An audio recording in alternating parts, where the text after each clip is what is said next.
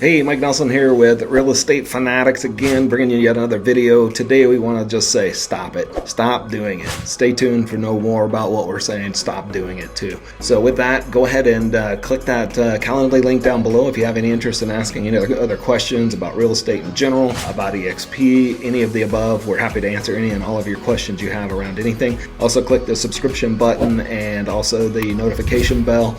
Post any comments, hit the likes button, and keep connecting with us. So, what am I telling you to stop doing? I'm very emphatic about this. Stop comparing yourself to others, right? That's the biggest mental block I think I see in real estate all the time is comparisons to others.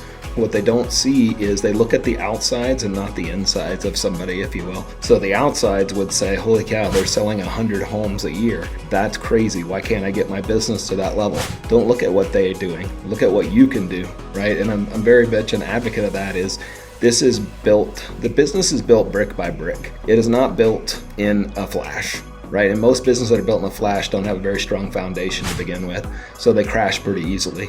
It's through the grind, it's through the learning, it's through the knowledge, it's through the what we call is get better every day. And I know it seems super simplistic, but that's what it is improve yourself, improve your business day by day. It's like I always look at people that have massive weight loss. People don't really understand what they had to go through to reach that goal. They had to go to the gym every single day. They had to make choices on every single meal that they ate.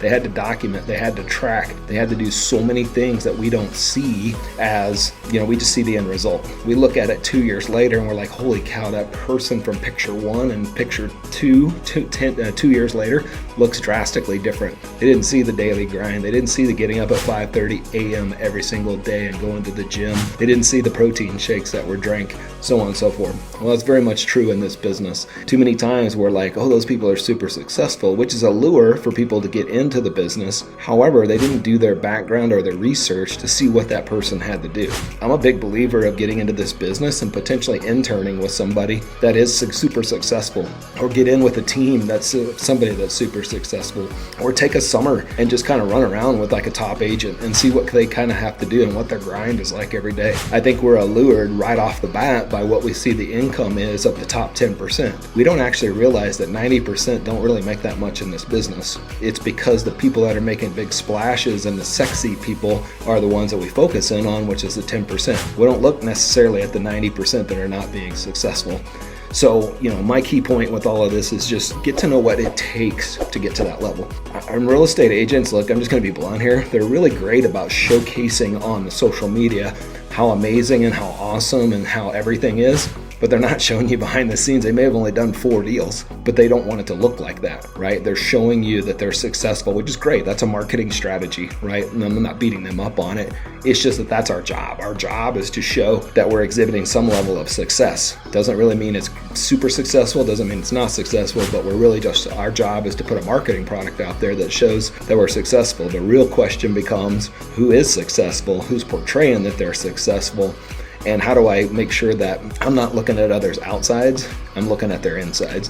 What did it take? Set up time to interview these big agents. Set up time to talk to them. I mean, the right ones that have been in the business long enough that aren't trying to recruit you are going to be transparent with you. They're going to be real with you. They're going to really just tell you exactly what this business is like. Honestly, I've probably chased off more agents than I've brought into the business because I'm just really transparent. I'm real with them. I tell them how hard this job is.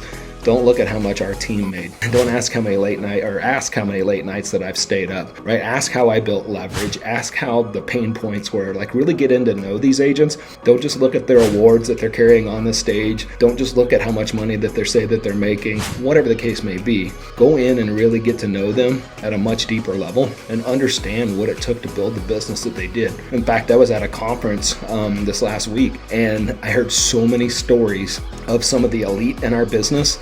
And here's some common things that they had. Alcohol became a problem at some point in time in their career. Divorce was pretty prevalent. Suicide was in there on occasion or two. The amount of hours that they worked was unhealthy. They gained a lot of weight. There's a lot of bad things that came with what looks to be on the outside something really super successful and sexy, but to get there, it was ugly. And so I just bring you these kind of things that you need to really talk to people. You need to really get to know their story. You need to really learn what it takes to be successful, and don't just go. In some of these cases, you wouldn't trade their success for some of the things that's happened in their lives. Now, they'll tell you that they learned a ton from that, and I believe that's a lot of value in that statement. But what I'm telling you is, if you look to others' outsides and you don't look at what they had to take to get there on their insides, then you're foolish. And we do that all the time. Like, oh, this team is so super successful. Yep, they probably are. However, you have no idea what it took for them to get there. And it wasn't just working 10-hour days. It wasn't just hoping someday we'll get there. They grinded it out. They fought the battles. They had a lot more failures than they had wins. And those are not things that we see. So anyways, hope that video was helpful for you today. Just wanted to kind of get you into that mindset of not comparing yourself to others. Not a good thing. You need to really just focus on what you want to do, what you want to achieve, and go from there. So hey, if you found value in this, click the button below and subscribe to our channel, and let me know on my Calendly link if you want to talk about anything else. And anyways, until the next time, we'll see you later.